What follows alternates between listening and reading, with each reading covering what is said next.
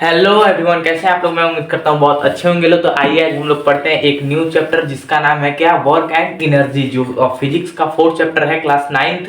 और आइए हम लोग उसको पहले समझते हैं, वर्क एंड एनर्जी पहले, ठीक है। तो वर्क एंड एनर्जी हम लोग का चैप्टर का क्या नाम है, चैप्टर का नाम है हम लोग का what work work and energy. हम लोग का चैप्टर का नाम क्या है, वर्क एंड एनर्जी, ठीक है ठीक है। अब आइए हम लोग समझते हैं क्या वर्क डन होता क्या है, तो वर्क डन का मीनिंग क्या है, ठीक है। पहले हम लोग वर्क डन पहले समझते हैं। व्हाट वर्क डन, मान लीजिए कोई एक मूविंग ऑब्जेक्ट है। वर्क पहले से ही मूविंग ऑब्जेक्ट है, जो क्या है, मूव कर रही है पहले से ही, ठीक है, यूनिफॉर्मली मूव कर रही है। मान लीजिए कोई एक पाथ पे एक ऑब्जेक्ट है पहले से, ठीक है, वो क्या कर रही है, मूव कर रही है, मतलब ये आगे की तरफ मूविंग में है, ठीक है। ये ना ही किसी फोर्स के अप्लाई होने के कारण मूव कर रही है, अपने आप ही क्या मूव कर रही है, ठीक है। ये मतलब अपना प्लेस चेंज कर रही है, एक प्लेस से अनदर प्लेस अपना ये चेंज कर रही है, ठीक है। जब तक मतलब वर्क डन का मतलब वो होता है कि जिसमें फोर्स अप्लाई हो, ठीक है, जिसमें फोर्स अप्लाई हो और उसमें जो डिस्प्लेसमेंट हो, फोर्स और डिस्प्लेसमेंट का जब मल्टीप्लाई करते हैं तो क्या होता है, वर्क डन होता है। तो मान लीजिए यहाँ पे कोई, इसमें हम लोग क्या कर दिए, फोर्स अप्लाई कर दिए, वो फोर्स अप्लाई कर दिए अपने ओर से, एक्सटर्नल फोर्स अप्लाई कर दिए, ठीक है। तो वो बॉडी क्या करेगी, डिस्प्लेस करेगी, वो डिस्प्लेस करेगी, जो बॉडी होगी वो डिस्प्लेस करेगी one place to another place, one place to another place, ठीक है। मान लीजिए यहाँ पे कुछ इसका डिस्प्लेसमेंट यहां से चेंज हो गया यहां तक, ठीक है, इस पॉइंट तक, इस पॉइंट से लेकर इस पॉइंट तक क्या होगा, इसका डिस्प्लेसमेंट हो गया, बट कब तब तक वो ये क्या होगा, वर्क डन होगा। मतलब कि फोर्स मतलब ऐसे अप्लाई हो रही, ये नहीं कि धक्का मार के मतलब फोर्स लगा के छोड़ दीजिए, ऐसे नहीं, ये मतलब कि वो ऐसा फोर्स जो कि लगातार उसमें लगता रहे, ठीक है। ये नहीं कि किसी भी ऑब्जेक्ट को फोर्स लगाकर फिर से हटा लेंगे, ये नहीं होगा, वर्क डन ये नहीं होगा। मतलब मेरा कहना है कि ये फोर्स यहां से लगाना स्टार्ट किया था, लोग फिर यहां से लेकर यहां तक फोर्स अप्लाई होता रहे, मतलब कि जिस बॉडी से स्टार्ट किया था वहां से जस्ट फोर्स लगाना छोड़ना नहीं, मतलब फोर्स लगाता रहे, ठीक है। तो उसी में जो डिस्प्लेसमेंट होता है उसी को क्या बोलते हैं, force into displacement equal to what, work done, ठीक है, व्हाट वर्क डन। मतलब कि यहाँ पे कुछ क्या होगा, फोर्स अप्लाई किया इस ऑब्जेक्ट पे, ये पहले से मूविंग में था, ठीक है। जब इस पे फोर्स अप्लाई किया तो ये थोड़ा इसका स्पीड इंक्रीज हुआ होगा, व्हाट स्पीड इंक्रीज हो गया होगा, इसका स्पीड इंक्रीज हुआ होगा। बट जब स्पीड इंक्रीज हुआ होगा तो ये बॉडी एक्सेलरेट की होगी, ठीक है। जब एक्सेलरेट की होगी तो ये अपने यूनिफॉर्म मोशन में तब नहीं होगी, ठीक है। पहले से तो यूनिफॉर्म मोशन में थी, मतलब यूनिफॉर्मली ये चल रही थी, ठीक है, लेकिन अब ये यूनिफॉर्म मोशन में नहीं है, ठीक है। जब ये यूनिफॉर्म मोशन में नहीं है तो ये अपना कुछ फोर्स लगने के कारण, मतलब यहां से फोर्स लगा था, मतलब यहां से इस पॉइंट से फोर्स लगना स्टार्ट हुआ था और फिर से इस पॉइंट पे फोर्स लगना जाके स्टॉप हुआ है, मतलब बंद हुआ है। तो मतलब जो इन दोनों ऑब्जेक्ट के बीच में जो डिस्प्लेसमेंट कवर की होगी, मतलब जो इन दोनों का डिस्प्लेसमेंट होगा, तो इन दोनों का डिस्प्लेसमेंट इनटू फोर्स कर देंगे तो हम लोग को क्या निकल जाएगा, वर्क डन, वर्क डन। सभी बुक में लिखा है कि वर्क डन मतलब फोर्स इनटू डिस्प्लेसमेंट, लेकिन ये कभी भी नहीं उसके अंदर की बात नहीं बताई है कि आखिर में ये वर्क डन होता कैसे, मतलब ये फोर्स इनटू डिस्प्लेसमेंट आता कैसे, ठीक है। तो मतलब मैं आपको ये यही डाइव किया हूं, ठीक है। तो ये हम लोग की समझने वाली बात थी, एक बार और मैं समझाता हूं, ठीक है, वंस टाइम और, ठीक है, वंस टाइम और, ठीक है। मैं क्या कह रहा था, कोई एक मूविंग ऑब्जेक्ट है, व्हाट, कोई एक मूविंग ऑब्जेक्ट है जो पहले से ही मूव कर रही है यूनिफॉर्मली, ठीक है। हमने उसमें क्या कर दिया, वो एक्सटर्नल फोर्स अप्लाई कर दिया, ठीक है। हमने क्या कर दिया, एक्सटर्नल फोर्स अप्लाई कर दिया। जब एक्सटर्नल फोर्स अप्लाई किए तो जो ये बॉडी थी इसकी स्पीड क्या होगी, चेंज हुई होगी, इसकी स्पीड चेंज हुआ होगा।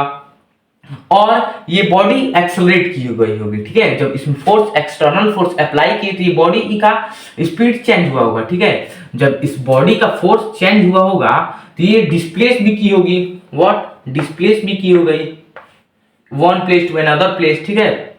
मतलब कि यहां से डिस्प्लेस करके यहां पे, और जो फोर्स लगाया जा रहा है ये ना कि फोर्स लगाकर यहाँ पे फोर्स लगाकर छोड़ दे, मतलब फोर्स लगा के छोड़ दे, मतलब ऐसा नहीं, मतलब ऐसा करना है, फोर्स लगाते जाए, ठीक है, फोर्स लगाते जाए कुछ समय के लिए।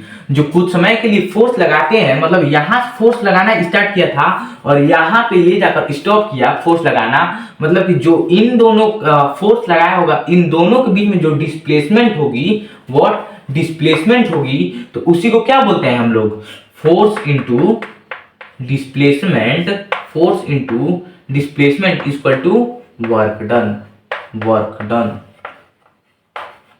Work done. मतलब कि किसी भी वर्क डन के लिए फोर्स और डिस्प्लेसमेंट का जरूरी होना जरूरी है, ठीक है। अब आइए हम लोग समझते हैं, ये तो समझ लिए, ठीक है। अब इसके कुछ हम लोग क्या समझ लेते हैं, और इसके कुछ जो एग्जाम में आने वाले पॉइंट्स होते हैं उसको समझते हैं, ठीक है। एग्जाम में आने वाले पॉइंट्स को समझते हैं। अब जो कुछ इंपॉर्टेंट पॉइंट है, आइए अब हम लोग इस पे पढ़ते हैं, जो कि एग्जाम में आता है, ठीक है, और यही हम लोग को एग्जाम में लिखना है, ठीक है। कोई पूछे what is work done, what is work done, तो हम लोग उसका डिफिनीशन क्या लिखेंगे, work done, work done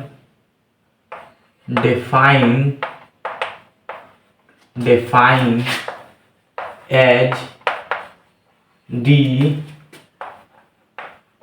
product of force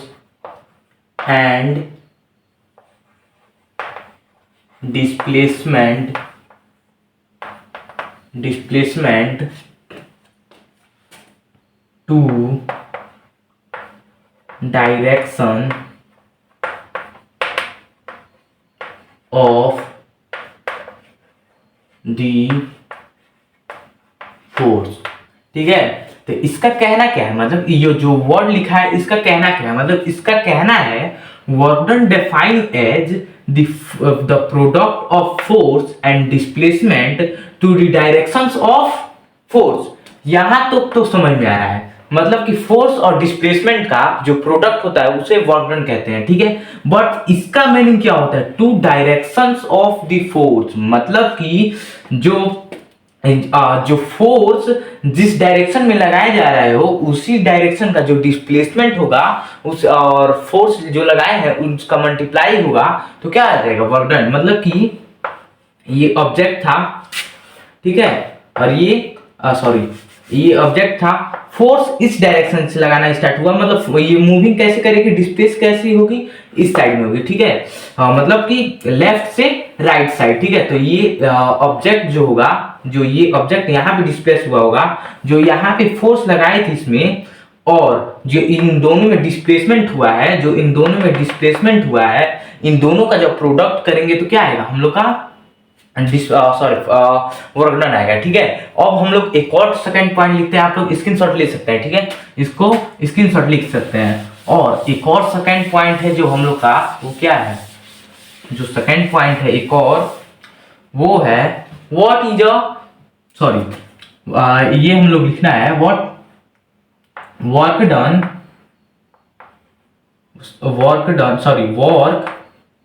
is a scalar